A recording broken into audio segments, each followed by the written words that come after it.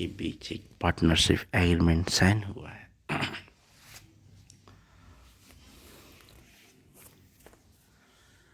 USA announced partnership with India that diversify the global semiconductor ecology under international technology security and innovation। तो ITSI एक ITSI इसका मतलब होता है international technology security innovation. इस fund के थ्रू हम यूएसए ने अनाउंस किया है कि वो इंडिया के साथ है जो एक ग्लोबल सेमीकंडक्टर इकोसिस्टम के अंतर्गत एक पार्टनरशिप इंडिया के साथ कर रहा है, जो कि काफ़ी इम्पोर्टेंट हो जाता है हमारे इस एग्ज़ाम के लिए। लास्ट रिसेंटली अब उसके साथ देखिए इंडिया यूएसए साथ साथ सिंगापुर के साथ भी एक MOU साइन किया गया है, जिसका मेन थीम है semiconductor ecosystem partnership which facilitate Singapore semiconductor companies to India. इसका मतलब सेमीकंडक्टर से लेकर हमने एक और जो MOU साइन किया है वो है सिंगापुर के साथ। तो सोचिए फ्यूचर में सेमीकंडक्टर को लेकर कितना ज़्यादा अभी से ही सारे कंट्री अवेयर हो गए हैं, जानते हैं फ्यूचर में इसका डिमांड बढ़ने वाला है। नेक्स्ट भी और चलते हैं। हमारे प्राइम मिनिस्टर जो हैं agreement announce with posting overall strategy type. Dubai के जो अभी हेड हो गए उनके साथ हमारे PM नरेंद्र मोदी ने energy corporation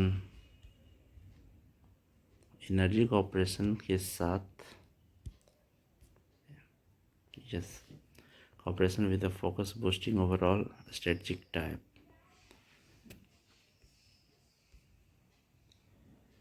Emirat Nuclear Energy Company ENEC Nuclear Power Corporation of India Limited has also signed agreement to operate development the Barak Nuclear Power Plant। अब देखिए हमारा जो अगला रिलेशनशिप हो रहा है या एग्रीमेंट साइन जो हो रहा है वो इमरात के साथ हो रहा है, जिसका नाम है Emirates nuclear energy corporation. Memorandum of understanding was sign for maintenance.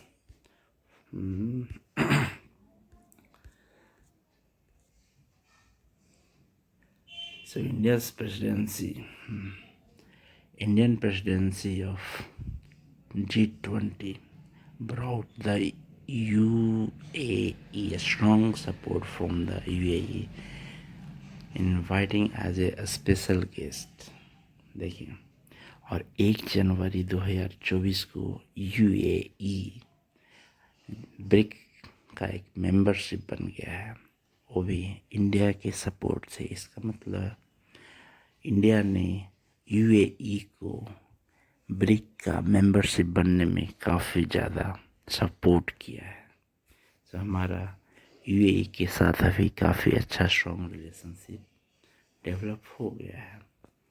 First India and UAE bilateral military exercise desert cyclone was held in Rajasthan. अब देखो जनवरी में कोई पूछे कि डेजर्ट साइक्लोन क्या है या किन दो देशों के बीच हुआ है, तो आप बोलोगे कि डेजर्ट साइक्लोन एक बायलैटरल मिलिट्री एक्सरसाइज है जो जनवरी 2024 में हुआ है।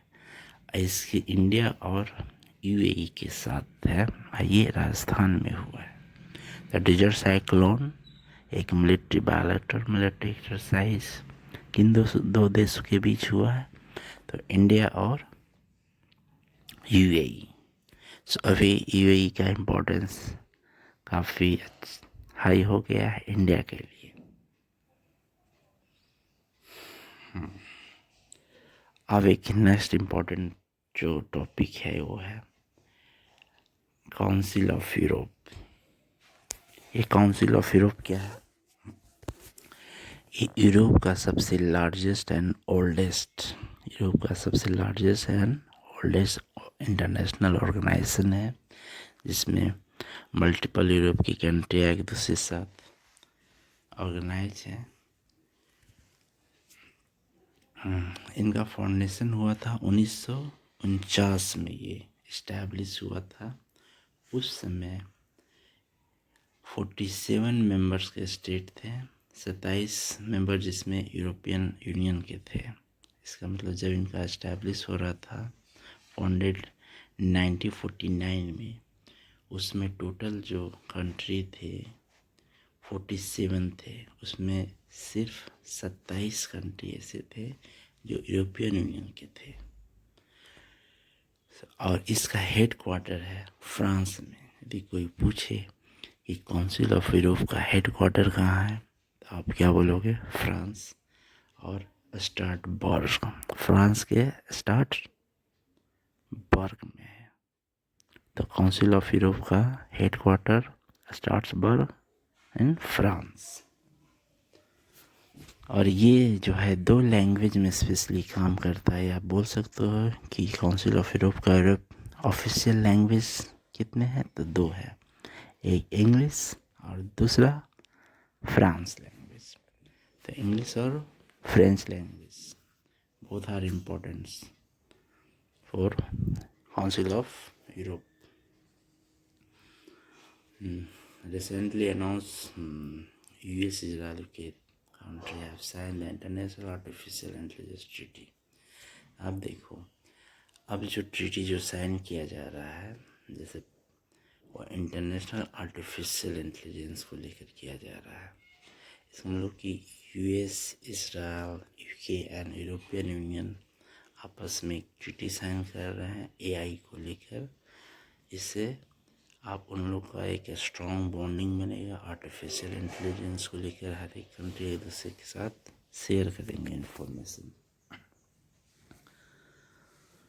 This agreement was first international legally binding treaty. देखो, AI सिस्टम पे बेस पे इंटरनेशनल लीगल बाइंडिंग के रूप में पहला एग्रीमेंट हुआ है। किन किन देश के बीच? US, Israel, UK and European union. इनका मेन मोटो क्या है? इनका बेसिक थीम है AI सिस्टम को लेकर।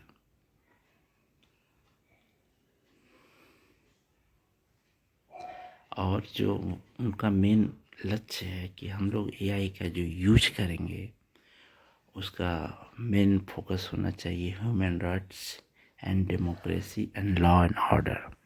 इसका मतलब कि AI का मिसयूज ना हो।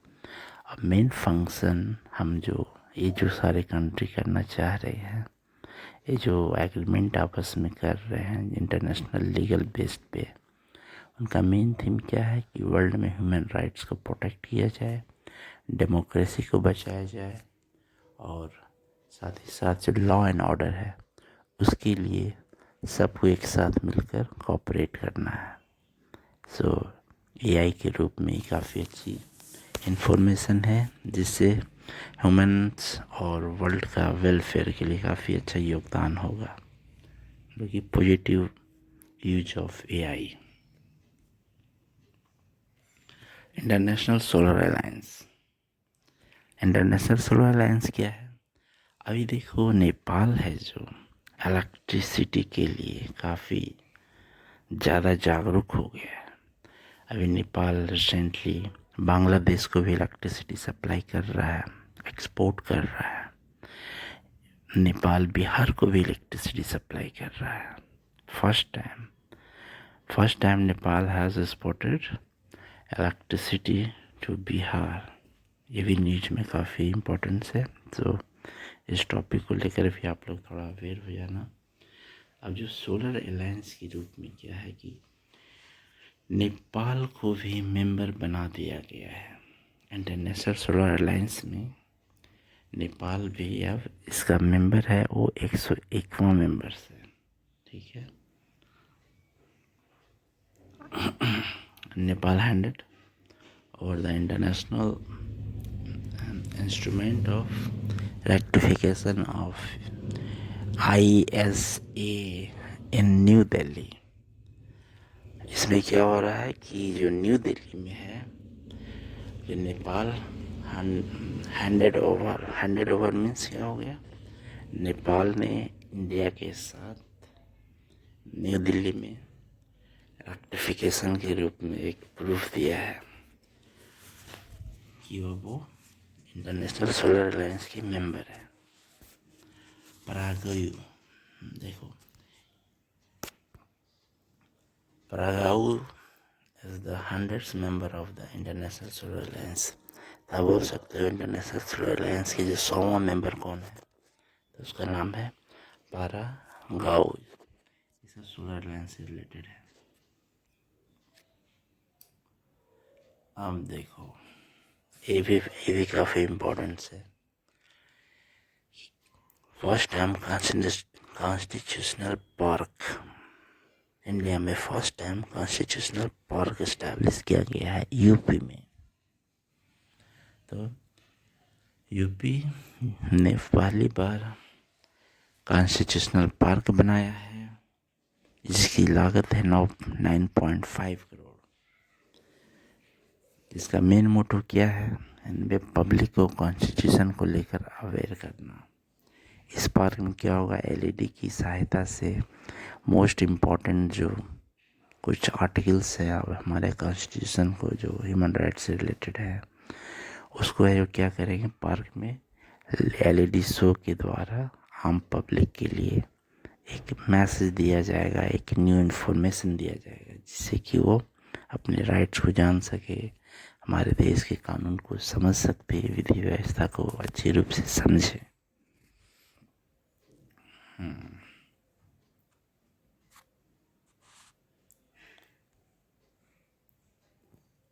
अब देखो, national conference on e governance.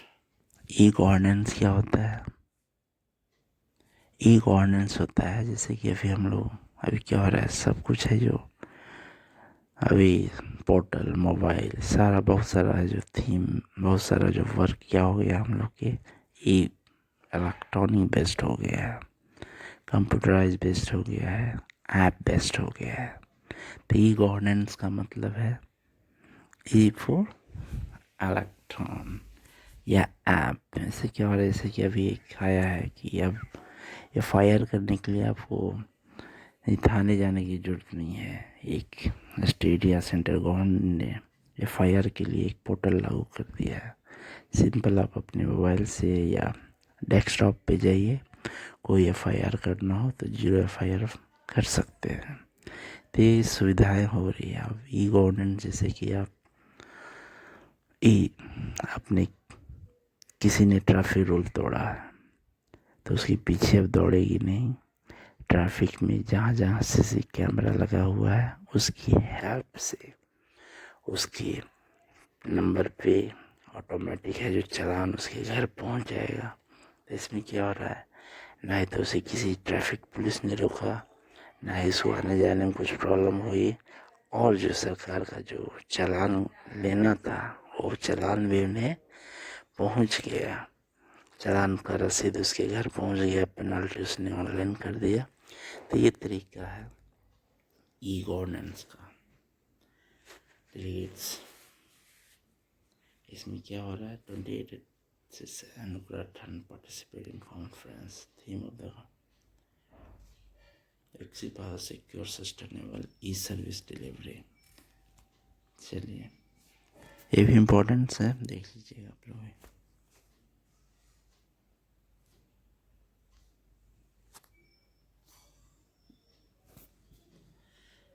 अब देखो, यूनाइटेड नेशन ने भी अनाउंस किया है कि Taliban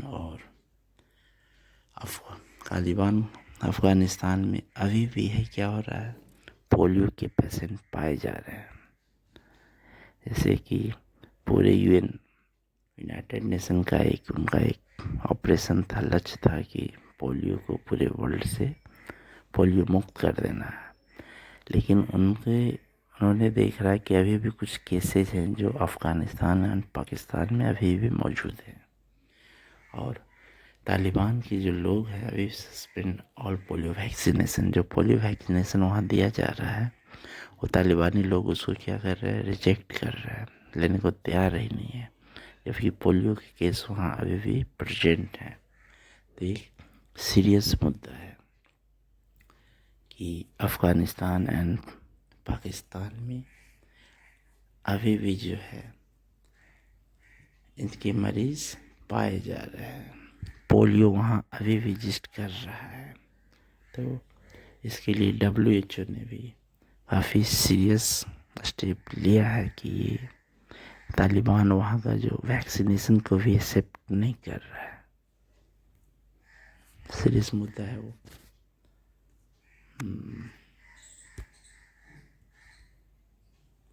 WHO confirm 18 cases polio in Afghanistan this year. तो इस साल में अफगानिस्तान में कितने 18 केस पोलियो के मिले हैं।